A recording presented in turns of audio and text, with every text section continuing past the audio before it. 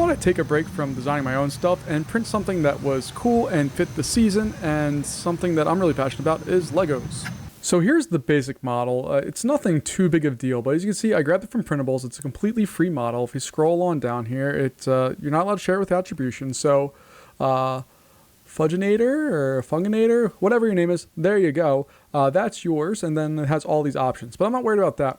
What I'm really worried about, and what drew me into this, was just how pretty this thing is. So you can go in, this is printed at 200% for kind of the scale, but it comes with the little studs. And what I love about Printables is you can open it up here, and once it's loaded in, you can choose all of the files. So you can take a look here and it will generate it, and you can rotate around and see how it's going to print.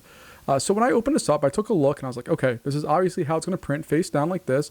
I was a little worried about these overhangs here, but they really didn't turn out to be anything big deal. It was really a pretty quick little print. And what I like about this thing is you get 4 on a build plate in its single form, which we'll take a look at in a second. One of the other things I wanted to look at here was these studs are compatible with lots of stuff. So if you go to remixes here, you get a whole bunch of other stuff.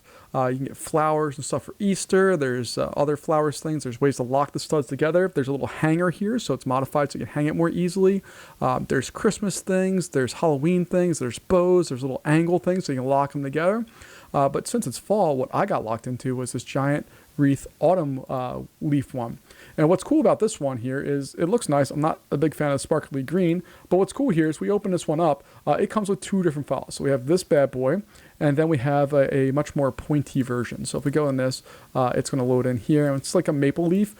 These edges are so sharp, but the prints turn out really nice, as you'll see in just a moment. So here they are loaded at 100% scale, and you can get them in. This is Orca Slicer, but the general idea here is that at 100% on my Flash Forge Venture 5M, I can get 4 of these printed at one time. So if I want a wreath of 8 of them, I just have to print this twice and it's ready to go. So I had all 3 of my printers running on this. I had this bad boy, which is a 2-hour print. It says 217, but it's really about 1 hour and 55 minutes once you do a few more changes that I'm not going to do here. I had leaves printing on my bamboo, and I also had leaves printing on my anchor make so that I could kind of get a variety of each of the colors. And one set of prints for those, I was able to fit 8 different leaves on there. So that basically one print covers 2 wreaths. So really easy to do, nothing big deal, and the prints turned out phenomenally, as you can see. So this print right now is at a 150% scale. I wanted to try to make a larger version for myself and a friend, and then I realized that 100% scale was more than enough. You can see the size difference is significant, but not so significant that's not a big deal. And what I love about this is you can go through and take these little studs off and change them out. So this is the fall version that I'm going to have for the house. I plan on printing a bunch of stuff for Halloween, and then I'll have Christmas and Thanksgiving stuff, and it will all be beautiful. I got so excited printing these that I went through an entire roll of the green filament. So I printed a pound of this stuff, and I have enough to make 4 more of these, which is wild. Just for scale here so you can see what's going on. You can see that one's off to the side, and we're just going to quickly build this, and I'll speed it up here in a second. But you can see that this is super easy to assemble, and what I found with this model in particular is 100% scale. They snap together, they will hold, you can pick it up and move it around, and it's going to be relatively solid.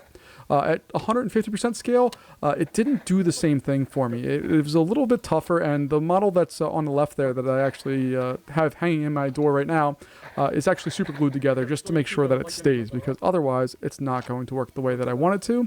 You can see I have a whole little bucket of little parts, and I can just stick them on there, and it's ready to roll. I absolutely love this model and love what it does as far as possibilities and things that I could design for it. It's super, super cool. So I dig this model. There are links in the description. Let me know what you think, and let me know if I should print more stuff.